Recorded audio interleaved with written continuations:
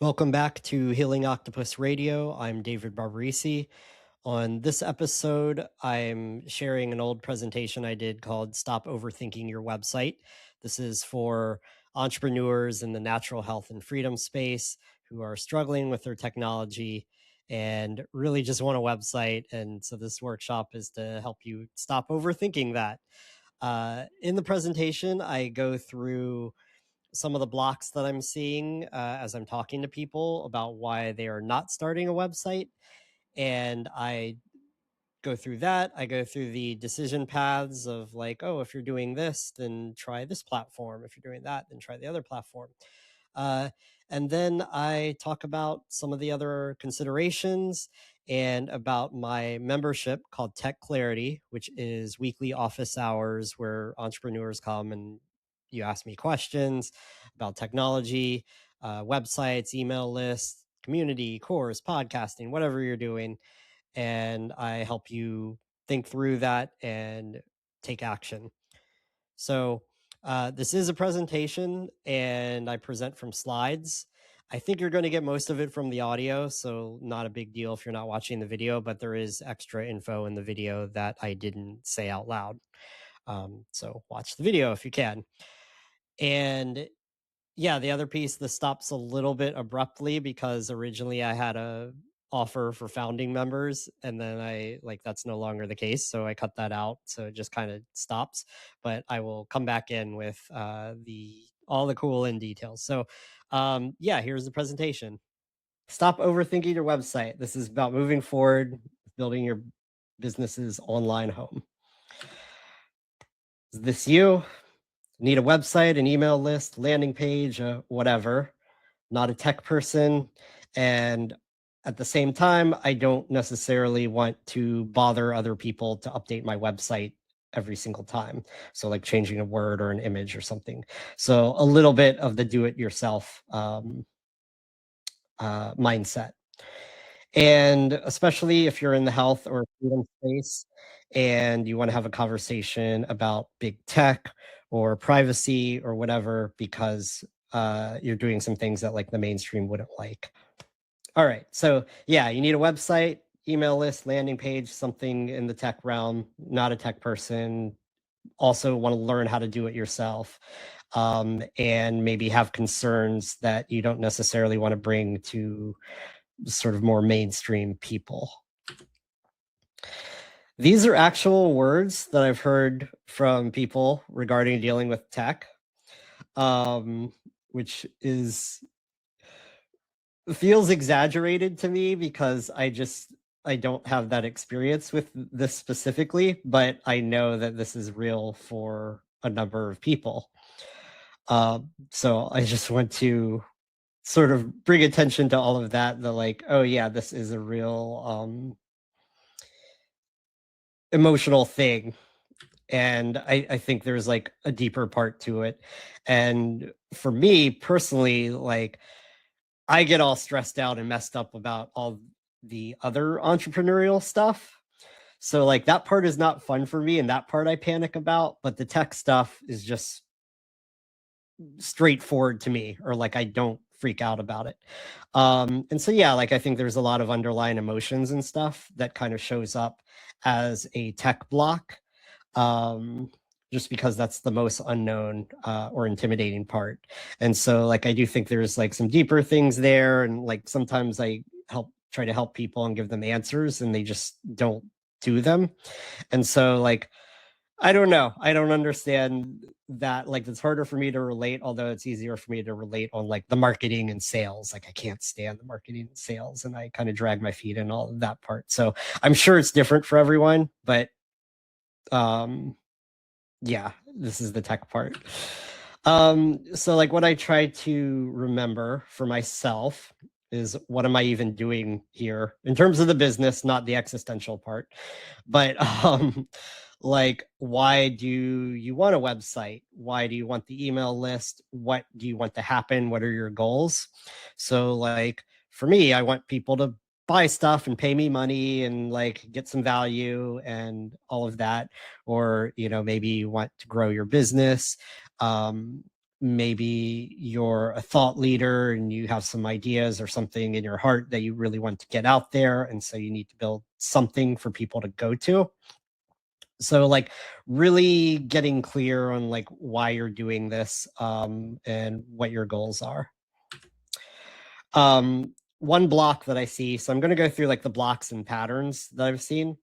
So the money thing is one of them. And I see like both extremes of like things cost money, and then like we try to do the free things and like do all the research and figure it all out on our own. And there's like an underlying like, okay, how valuable is my time, my sanity, or my work? Um, so you know, there's a time and place for it, and also there's a like, okay, maybe I'm kind of done researching and I just want someone to tell me what to do, without it being disempowering. And then I see the other extreme of like, let's buy the most expensive thing, the white glove service, use all the giant tools that like the big guys use, the bigger entrepreneurs, and the like kind of thinking we won't have to deal with tech at all. And that's not really the case either. And so we're finding a balance in between these two things on the cost and the money issues. Yeah, the scope and the time frame. So this is like, sometimes we want to build the big giant thing right at the start. And it's like, oh, I'm going to have 100 blog posts and all these courses and these communities and like naming all the features. And then it's like, we won't accept a smaller scope. Or we need it to be perfect, like right from the start. And so like these are kind of my snarky reminders of like, we're not making buildings, so like it can be messy, it can be changed. You can scale and adapt to your dreams when you get there, and that you don't need to build it out on day one. And so MVP is minimum viable product. And so this is like, what is the least thing you need to build to get to website or email list or whatever. Yeah, and you might be best served by something that gets the job done now, and then you can change it later. You can build a bigger scope later. Yeah, like just the like, don't let this get you hung up on building something. And you might not be in love with it right now. You know, it's going to be messy. It's going to be a public thing. You know, maybe later as you're scaling up, you can build the thing that you love or purchase the thing that you love. And then the other thing, like if you try to do a giant launch, like on the same day, you might be asking for trouble because there's going to be so many moving parts. Something's not going to work. And it might not even be something that people want, is kind of another thing. So this, especially with like apps and platforms and things, of needing to build the MVP, seeing what's there or what people actually use or not, and kind of going from there. And I think this applies to practitioners, coaches, consultants, healers, and all of you there as well, of like, you don't need the complete blog to be ready. You don't need, you know, 100 episodes in the podcast. You don't need, like, it doesn't need to entirely be built out before going public with it. And then people in my spaces are concerned about big tech, surveillance, censorship, privacy, deplatforming. These are all real concerns, but we need to balance them with getting stuff done. And so, you know, if these things block you, like right from the start of like, oh, I don't want to use that platform because it's this and that, then whoever you're afraid of, that they are kind of winning anyway. And if you want to fall down that slippery slope, then the internet was a DARPA project. You know, you can't be pure with the like, not wanting to support the surveillance stuff or big tech or whatever. Most of the internet infrastructure is Google and Amazon and a few others. So like, there's a balance there, and I think that's going to be the recurring theme, is balance. Regarding deplatforming and censorship, My guess is if you're not a huge name and you're not like being crazy controversial, then you're probably not going to run into a ton of censorship or deplatforming.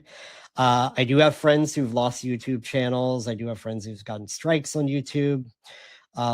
People who've lost social media accounts, like all that kind of stuff.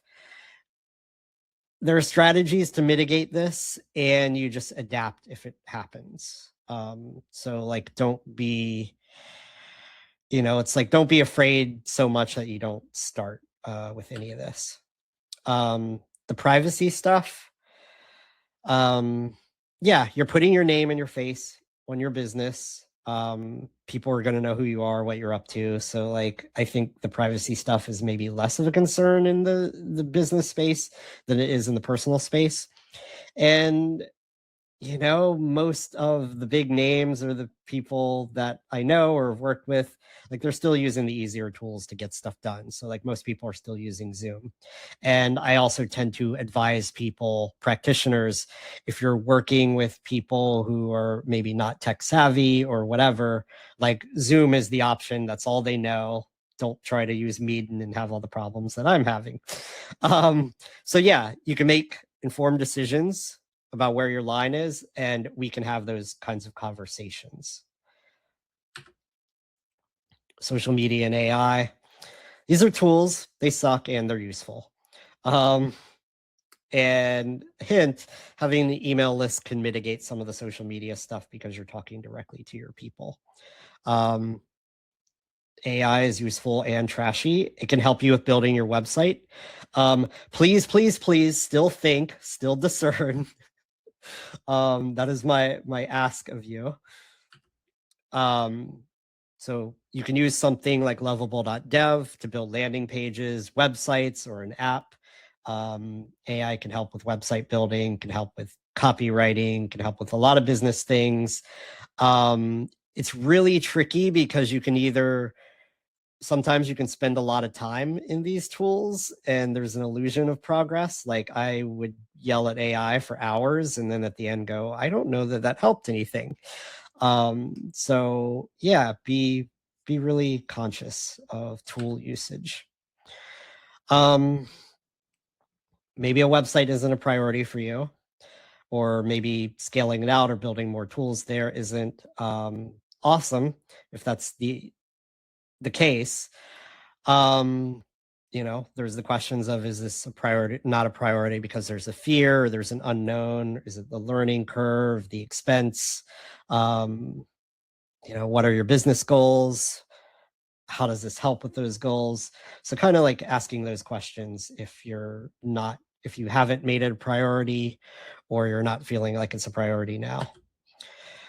So all of these are patterns and blocks that I've seen. I think they're different versions of like wanting to make the right decisions and kind of getting stuck in a loop there. So the goal is to make educated but imperfect decisions and take imperfect action.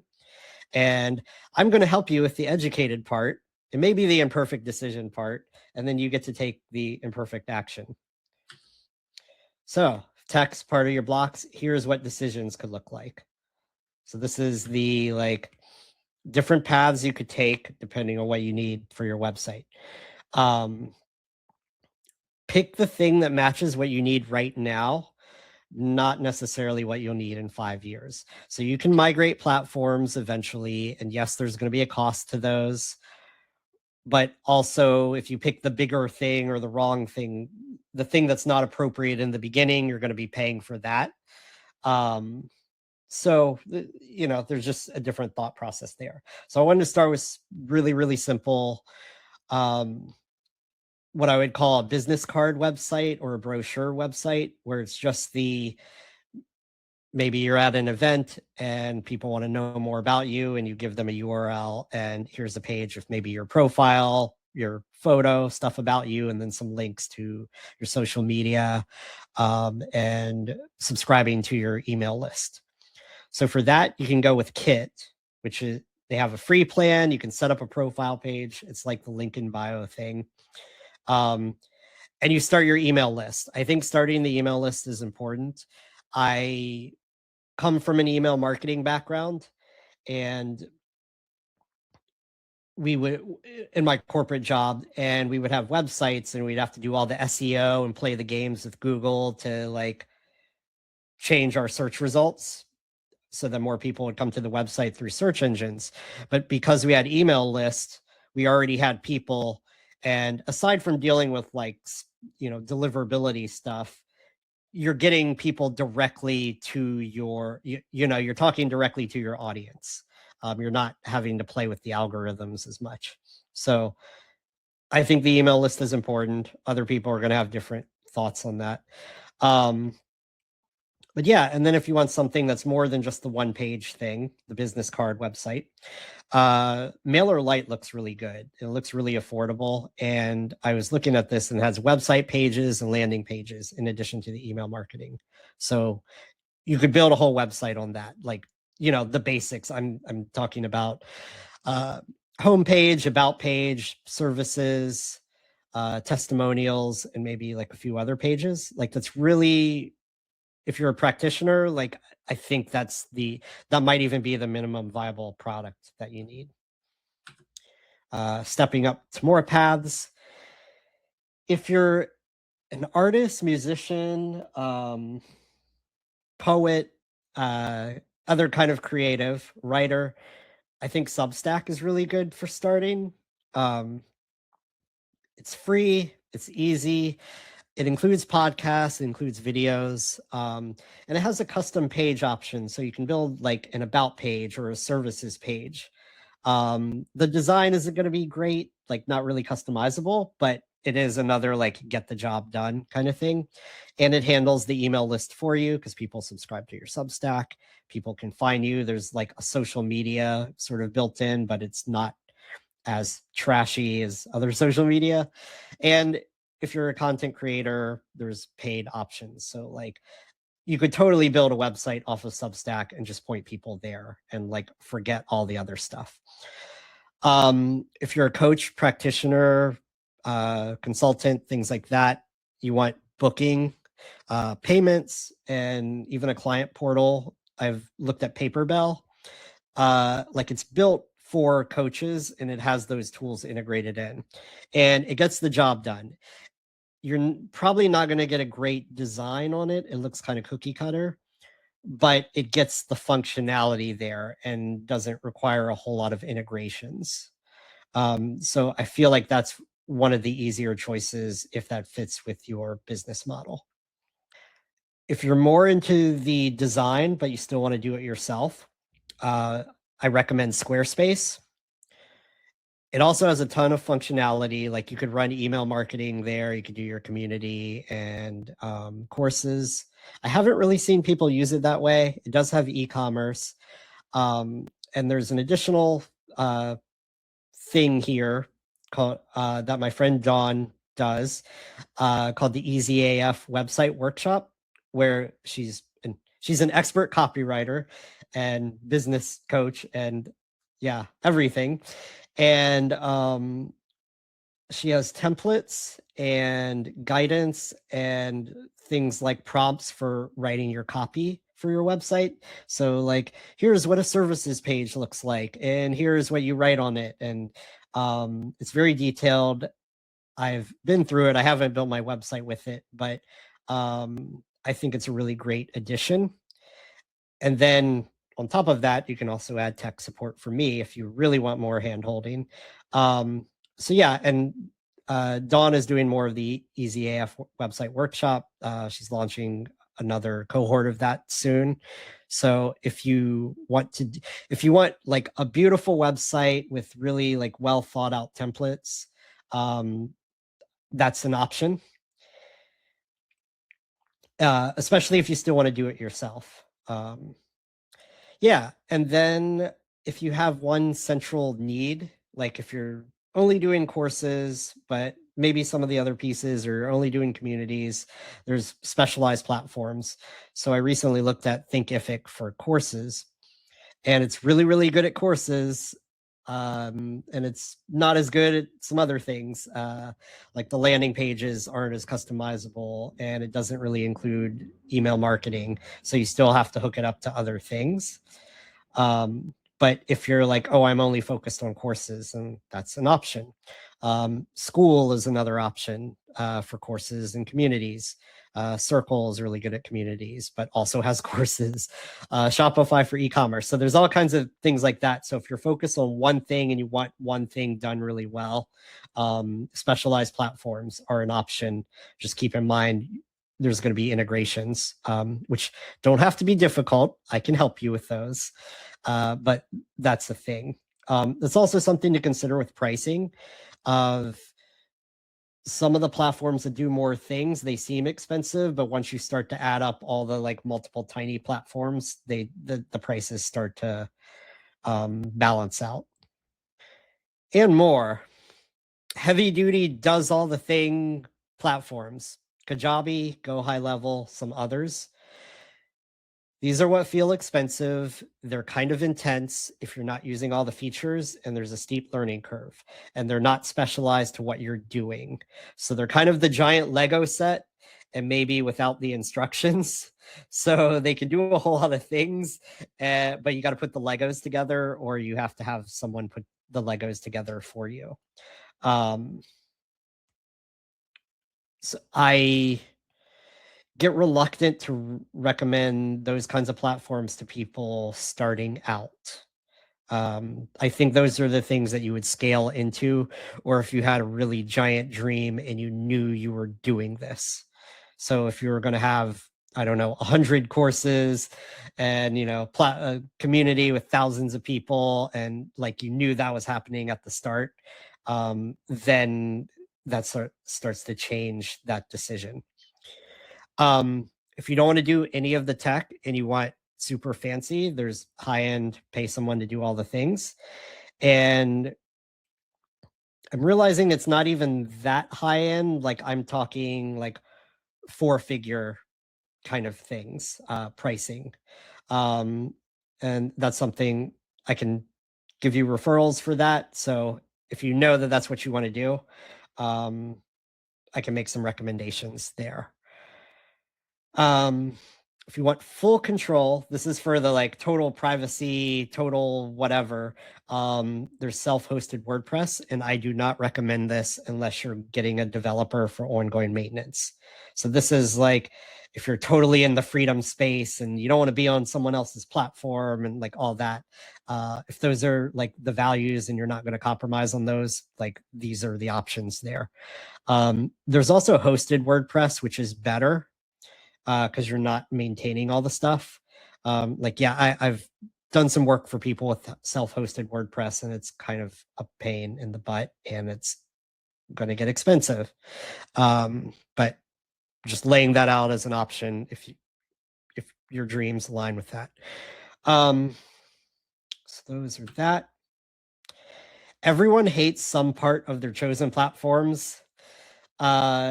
There's no single one that like does all the things amazing. So that's kind of why I laid out all these options. And even when you pick one, you're going to hate some part of it.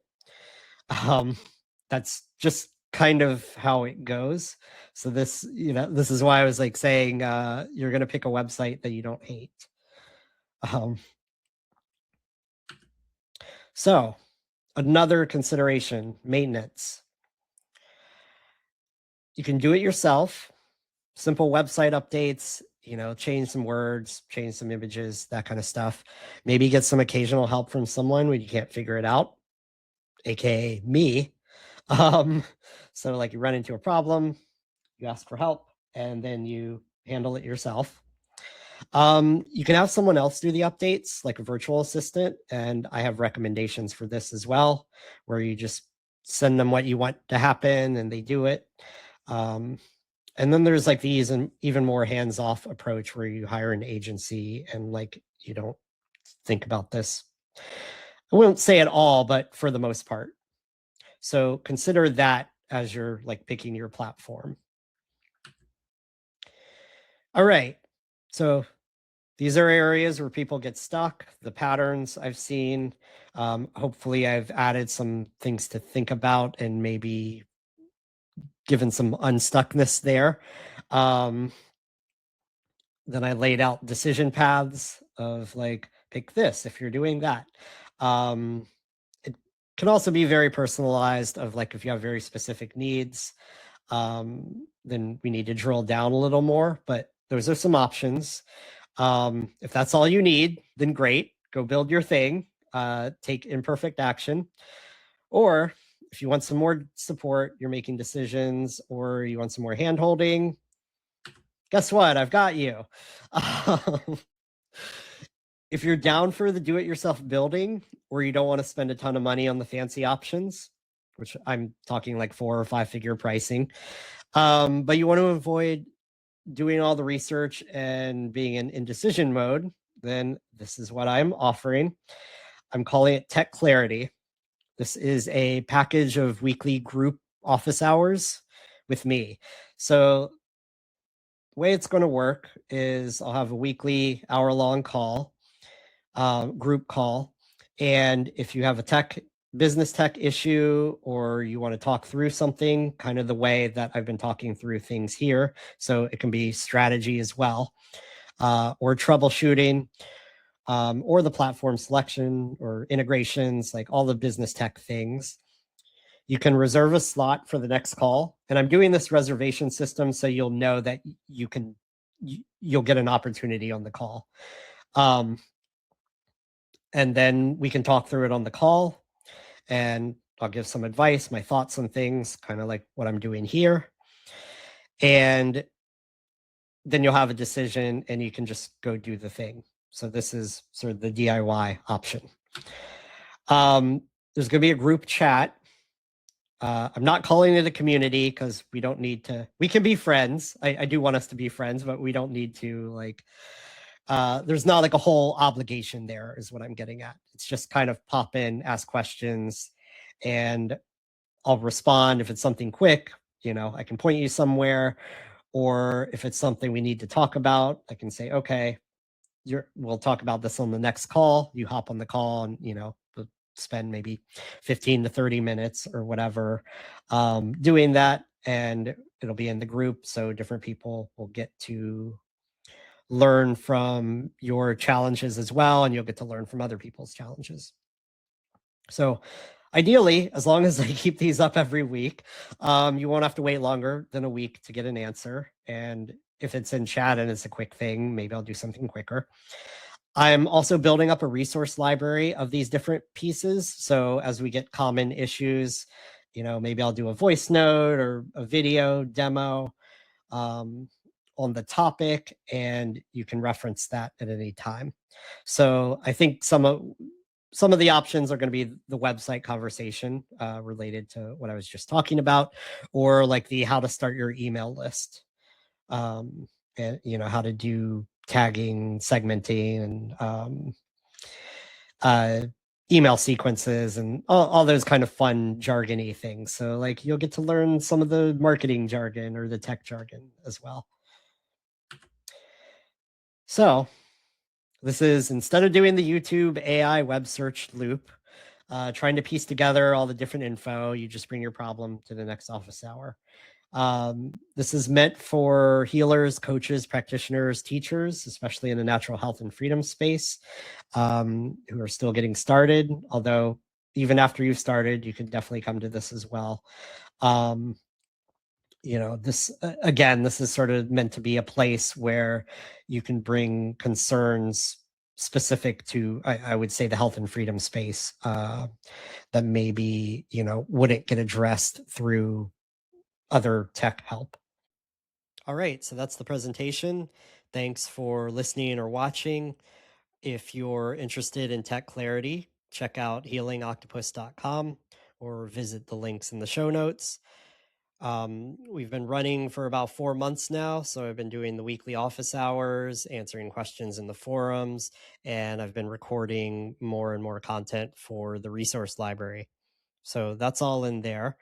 If you'd like some one-on-one help, I also do tech consults, and I will do project work as well. So yeah, just get in touch with me if any of that sounds like something that would be helpful, and we can have those conversations. I'm on Instagram and the socials as Healing Octopus, and you can send me an email, david@healingoctopus.com. Please like and subscribe and click all the buttons for the podcast and leave reviews and stuff. So that would help me out. Appreciate it. And yeah, until next time, take care.